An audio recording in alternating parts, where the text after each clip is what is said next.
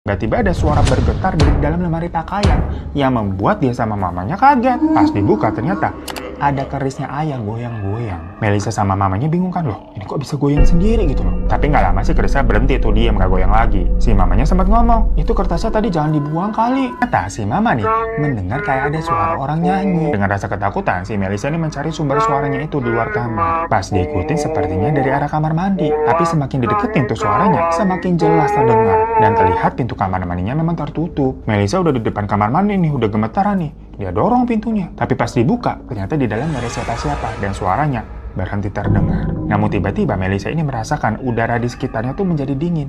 Dan dari kuping belakangnya tuh terdengar ada suara, "Kowe salah dong." Ya udah, waktu lagi fokus kerja nih, tiba-tiba Melisa melihat ada sosok ayahnya tuh berdiri di antara meja-meja kantor. Ayahnya itu terlihat nggak pakai apa-apa, maksudnya nggak pakai baju dan penuh dengan tanah.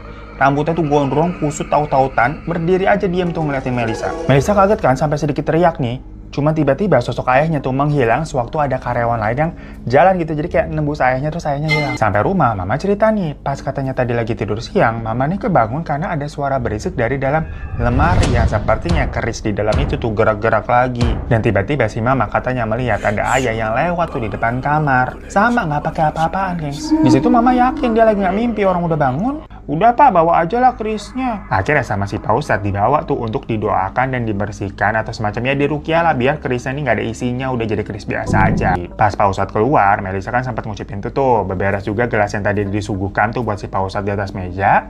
Tiba-tiba ada yang ngetok. Melisa nih kalau mau buka pintu ngeliat dulu ke jendela. Nah di situ dia melihat ayahnya berdiri di depan pintu, nggak pakai apa-apa dan penuh tanah badannya kayak di kantor. Melisa langsung gemeter tuh liatnya tuh. Yo, buka lawangnya. Si mamanya bilang, jangan dibuka. Kok kowe durung gawake aku kopi. Melisa sama mamanya udah gemeteran tuh, nggak tahu mesti ngapain. Ayo buka lawangnya, ayah harap melebu. Akhirnya sama mama tuh dijawab dari dalam, Mas, kowe wis mati. Semestinya kowe ora di sini. Sesu kita menyang kuburanmu kanggo doa. Iya, ayah Kang Sare, sesu aku pada mama menyang kuburan. Kata si Melisa juga tuh. Dan setelah itu nggak terdengar suara apa-apa lagi.